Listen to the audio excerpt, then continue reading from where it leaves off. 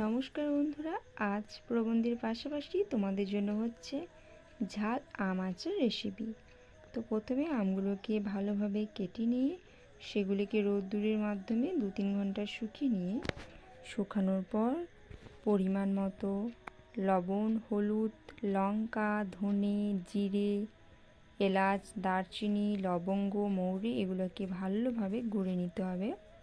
তারপর শুকনো কড়াইয়ের মাধ্যমে সেই কড়াইয়ে 150 কি 200 গ্রাম তেল দেওয়ার পর সেখানে 5 ফোড়ন এবং তেজপাতা দিতে হবে এবং তারপর আমগুলোকে তেলের মধ্যে দেওয়া হয়ে গেলে 2-4 মিনিট পর তার মধ্যে মশলাগুলো মিশিয়ে দিতে হবে এবং ভালোভাবে নাড়াচাড়া করতে হবে।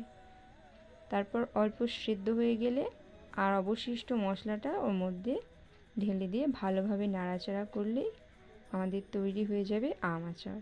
পরিমাণ মতো চিনি দিলেও কোনো ক্ষতি নেই। তো তোমরা অবশ্যই বানিয়ে দেখবে এটা কেমন হয়েছে। ভালো হলে তোমরা অবশ্যই কমেন্টে লিখে জানাবে। ধন্যবাদ।